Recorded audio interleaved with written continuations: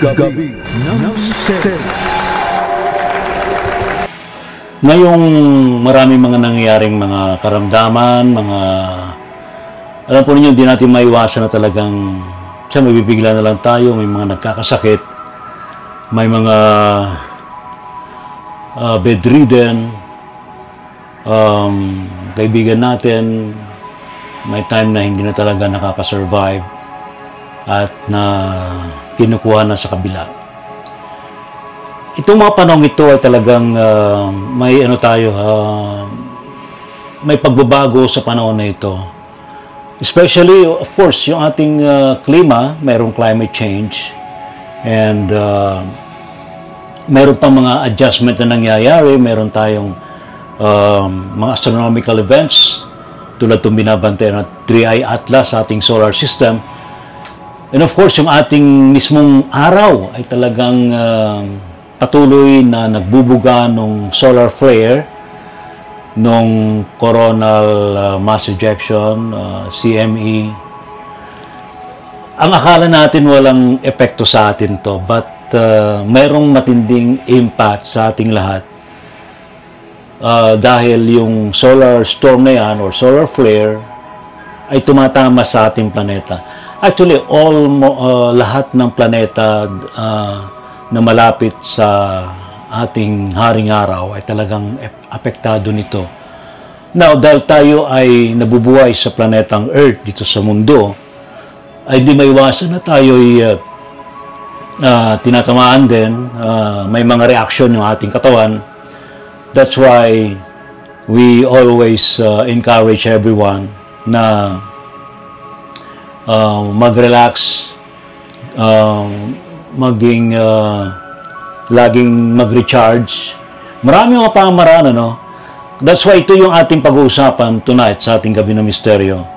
Yung ating energy. Gaano nga ba ka-importante ang energy cleansing, energy balancing, and eventually healing ng ating katawan. Yung mga kasama natin sa spiritual practices, especially yung mga empath, yung mga psychics, mas nararamdaman nila yung enerhiya, yung epekto nitong enerhiyang ito. Especially meron tayong tinatawag na earth resonance, yung tibok ng puso ng ating planeta. Actually, ang ating planeta sa hindi natin baka hindi nalalaman ng iba ay talagang buhay po. In fact, meron po siyang counterpart na etheric planet. We call that soul ng ating planeta na Gaia. So, nagkakaroon ito ng epekto sa atin. Tayong mga tao na meron tayong spiritual aspect ng katawan. So, we can feel these energies. So, kapag matindi yung surge ng energy, may hindi magandang epekto sa atin. So, that's why tonight, it is very important that we have to discuss about this energy cleansing, balancing, and healing. Alright, now, ano ba yung mga pamaraan na maaari natin gawin? Maraming mga pamaraan, Basically, ako kung tatanungin po ninyo, I always encourage everyone to learn how to meditate. Meditation is one way of, alam naman ng karamihan, in meditation, we communicate with God, we communicate with divine beings, with our spirit guides, with our guardian angels. But also, it benefits our body. The spiritual, mental, and physical body natin. So that's why ako myself, personally, I encourage meditation. Ano nga ba yung meditation? Meditation is nakaganon ka. Actually, hindi naman kailangan nakaganon. No? Depende na yun kung gusto ninyong mag-perform ng mudra. Marami mga mudra eh. You can search that via internet. What are those types of mudras? May ganyan, may ganyan, may ganyan. Alright. Pero, wag muna yun.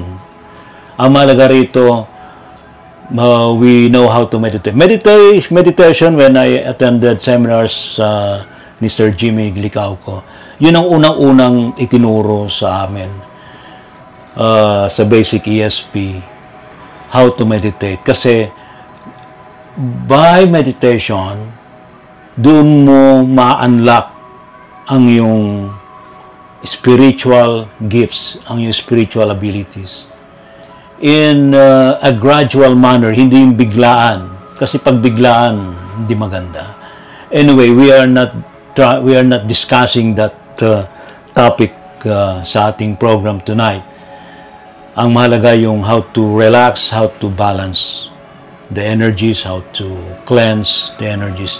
Ang cleansing of energies dapat nagsisimula sa atin.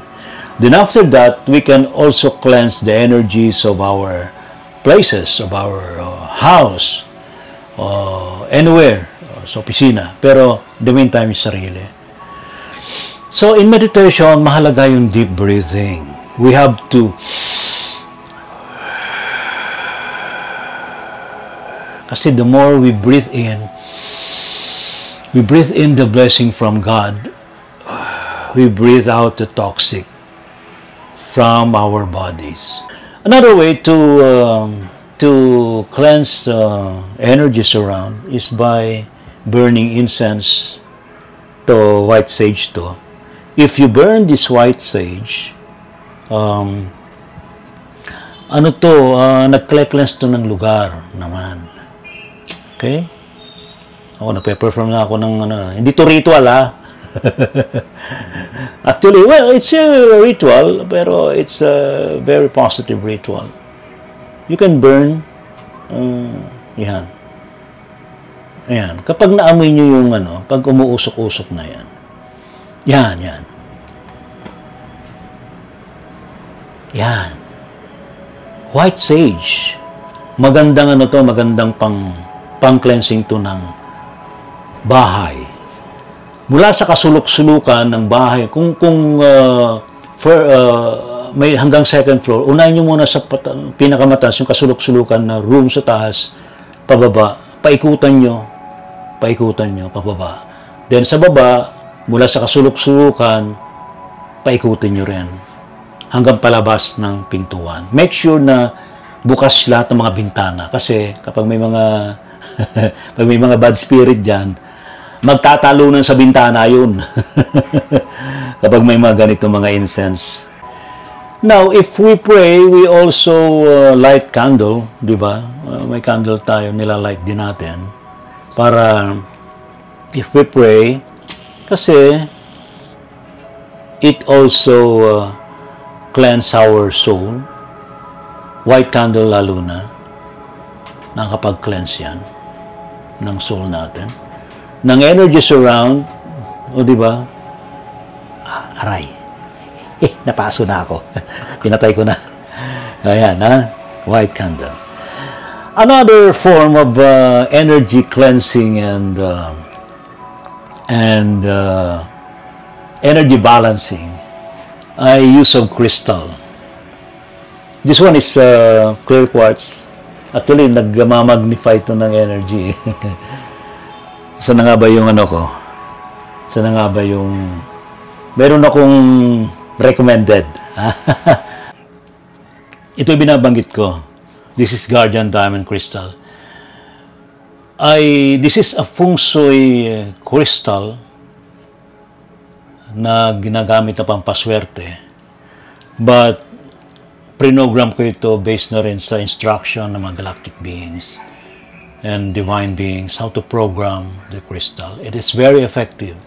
Ginagamit ito ng mga healer, ng mga exorcists actually, during the time of Brother Emil. Until now, ginagamit din ni Brother Elias. At iba pa, I programmed this, it's a combination of energies from divine, from elements. In-alchemize ko yung energies na yon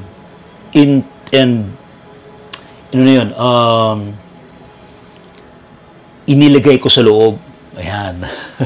Hindi ko ma-recall yung word na dapat na gamitin ko. So, iprinogram ko siya, ipinasok ko siya sa crystal. So, Aside from that, I also use two Reiki symbols to make this very powerful tool for energy cleansing, energy balancing. So, ano pa ba ang mga pampabalanse, pampakleanse ng energy? Music. Yung naririnig ninyo music na to. This is a meditation music. Nakakapag-cleanse to. Nakakapag-balance ng energy. May mga mantra. That's why we perform inspirational spiritual music right after Gabi ng Misteryo para ma-relax tayo. Hindi lang tayo ma-relax, mapakain natin ating kaluluwa ng good energies, divine energies through spiritual inspirational music. You can also join our Mysterium Musica right after our Gabi ng Misteryo. Of course, huwag nating kalilimutan uminom ng maraming tubig.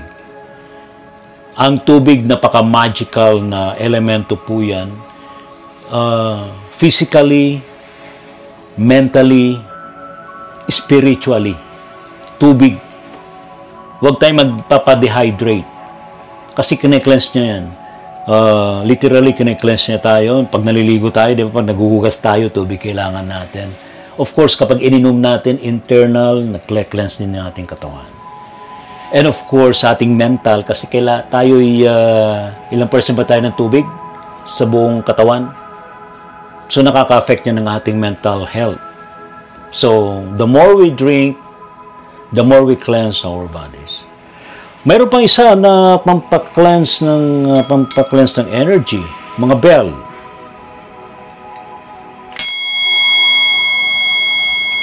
Yan. Kapag nag-bell na nagkikreate siya ng vibration to cleanse the energies around. Kaya ba nagsasabit ng mga bells sa mga door? Di ba? Kaya tulad yan. No? Yan. Alright. So, more or less.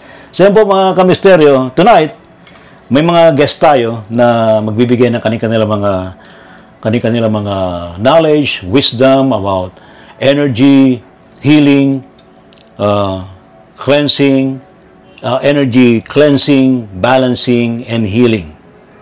Dito lamang sa Gabi ng Misteryo. Gabi ng Misteryo.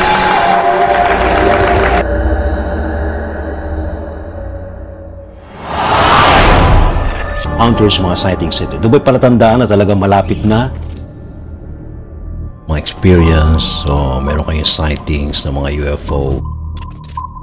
Higher beings, especially to the universe you call God. Innumerable company of angels beyond human comprehension.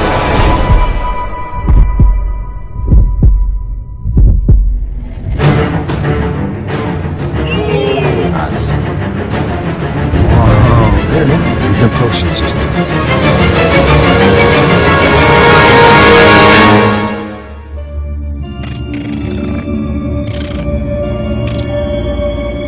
Gabi ng Misteryo. Mga kamisteryo, ngayong gabing ito, pag-usapan natin tungkol sa energy cleansing, balancing, and healing. Ano nga ba ito? Ito ba ay pamaraan para makaiwas tayo o ma-prevent ang anumang sakit na tumatama sa atin? Ito ba mga ganitong pamaraan ay makatutulong para gumaling tayo sa ating karamdaman? Ito bang ganitong pamaraan na ay nakatutulong din para pumasok ang swerte sa ating buhay? Ito ba'y nakatutulong din sa ating bansa, sa buong planetang ito, para maging maganda ang buhay ng tao? Yan po ating pag-usapan ngayong gabing ito.